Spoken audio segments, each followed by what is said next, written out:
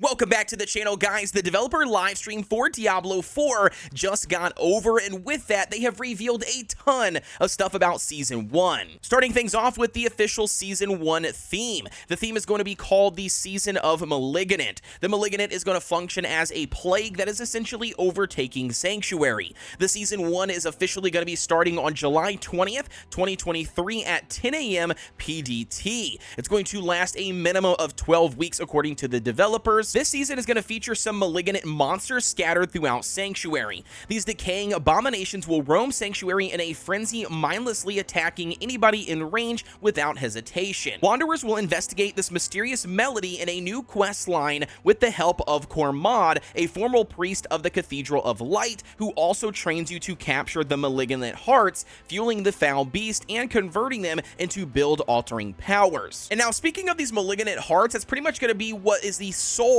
of this entire Season 1 and what we can expect for new content. These Malignant Hearts are going to be dropped from random elite mobs that you stumble across throughout Sanctuary. These elite mobs will be so-called infected or malignant, and then once you beat these elite mobs, they will drop a Malignant Heart. If you interact with that Malignant Heart, it will then summon a more, badass version of that exact same elite mob that you just killed. Now, keep in mind, this more badass version could have altering different skills. It can pick up some additional skills. It can summon a lot more minions to aid them in the battle. You name it. It could be even a combination of all of those things. Either way, it's a more badass version. Once you kill them, it will then drop what they call a caged heart. I've got a couple examples I can show you here on screen, but essentially it can be added into sockets on your jewelry. These will essentially be functioning as a more powerful version of legendary aspects. And then in the developer's own words, essentially they said broken builds can come from these. And keep in mind, this is only taking place on the seasonal realm. This is not going to be taking place on the eternal realm.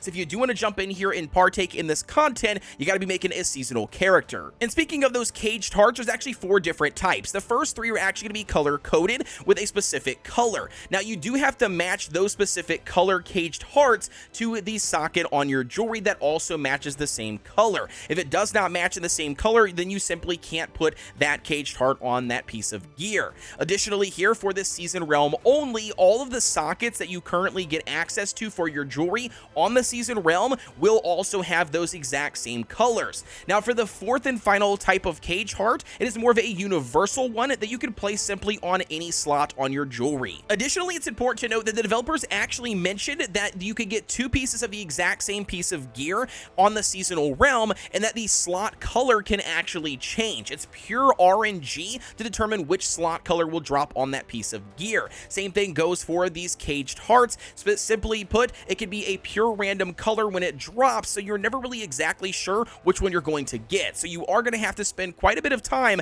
farming these out to get the right ones for the slot that you have on your gear. Now, the next big thing announced for Season 1 is actually the Battle Pass, which we did a video on this earlier here on the channel. If you haven't checked it out, I highly recommend going and checking it out because everything has pretty much stayed the exact same. But there's basically 2 different tiers of the Battle Pass. We have the free version, which is going to be available to every single player, and then the paid one. The paid version will obviously encompass more tiers, but all of those additional tiers will be purely cosmetic. You will not be able to buy power whatsoever, even if you do own the Ultimate Edition of the game and you got the 20 additional tier skips right at the start of the season. And now, once again, the developers made a point several times via this live stream that you cannot buy power in Diablo 4. So if you were worried about when seasons were added into the game, some sort of power mechanic or, the ability for people to spend money and get stronger in the game and outbeat those that are free to play, that simply does not exist currently. Obviously, the season isn't officially here for us to verify that, but they did say countless times in this live stream, once again, the paid version of the Battle Pass is purely cosmetic, and yes, although will make your player look cooler and more badass,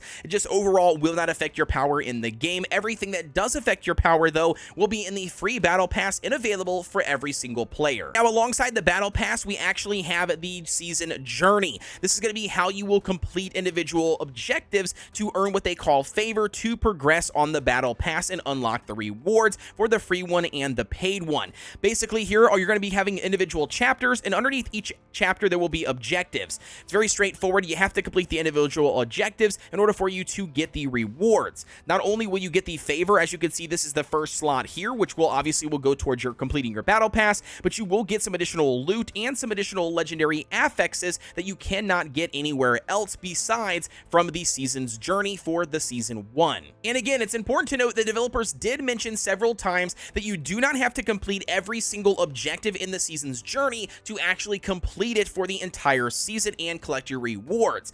Each individual chapter will have a certain number that you have to complete, and then you will have the freedom to pick and choose which ones you want to partake in, because they do not want to force players to do certain types of content that they would rather not do. Now, in addition to the Malignant Hearts and the Battle Pass being added for Season 1, we're also getting a handful of additional stuff. Things like brand new bosses that we can encounter, brand new events, new dungeons. These dungeons are actually called Malignant Tunnels. We'll go into a full detailed guide about those in the future. They're going to be bringing new legendaries and unique items to the game, new aspects, and even new cosmetics. Alrighty, so now the last few things I want to mention here they talked about in the dev live stream, and it's kind of sort of a reminder that I've mentioned in other videos for anybody currently watching this one if you don't know.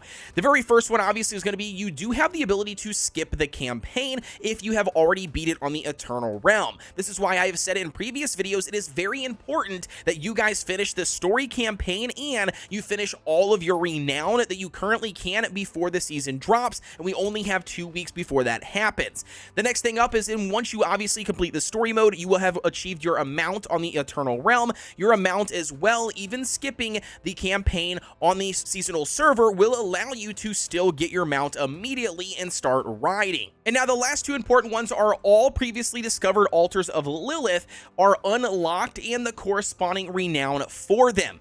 And also here, all previous areas discovered on the map are revealed and the corresponding renown for them as well. So currently right now, as I've been talking about over and over again here, but if you have completed all of the areas discovered tab in your renown, all of the rewards you get for doing that, and also the statues of Lilith locations and that renown also will carry over with you into that season. So starting a fresh character at level 1 gives you a massive advantage because all of this stuff is carrying over and you do not have to start over and regrind it. Additionally, it's important to know that the character that you have made on the seasonal realm and its progress will actually be transferred over to the Eternal Realm after Season 1 is officially over. Additionally, all the items that you have collected, including your seasonal stash, will be transferred as well to the Eternal Realm. You can then take this character into Sanctuary whenever you please, but the season-specific features such as the Malignant Hearts will no longer be accessible. And that is essentially everything you need to know currently from this dev live stream that revealed more information